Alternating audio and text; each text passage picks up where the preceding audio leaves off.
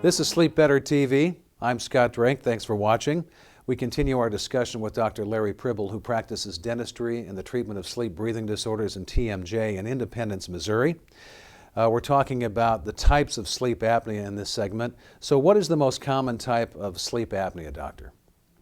Most common type of sleep apnea is obstructive apnea, and that's where our airway closes off totally when we sleep and we're unable to catch any breath. So that's when we realize that when we get into a deeper sleep, into REM sleep, we have many more apneic events in that stage of sleep. So can you talk about the other kinds of sleep apnea and the differences between them?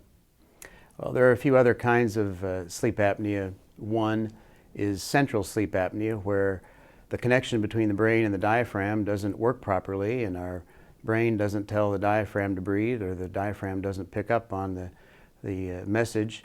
So there's central apnea that's a very serious component, and that is managed by a particular type of breathing machine.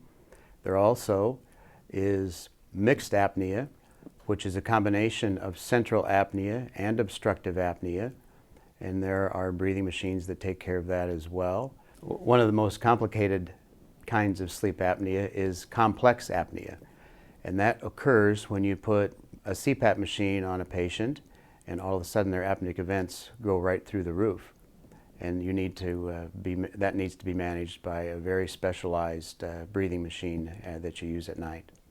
And since dentists like yourself work with oral appliances, do oral appliances work for all kinds of sleep apnea? The oral appliances work for obstructive apnea. That is their main intention. They don't have any effect on the other types of sleep apnea.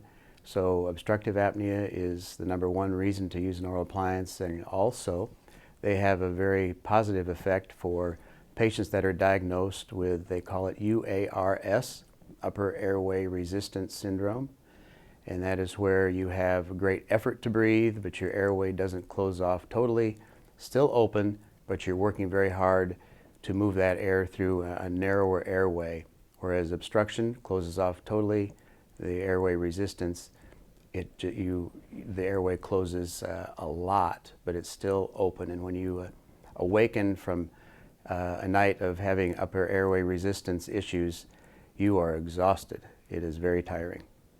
Great information, doctor. Thank you again. Thank you. Once again, my guest is Dr. Larry Pribyl with the Center for TMJ and Sleep Apnea in Independence, Missouri, and you're watching Sleep Better TV.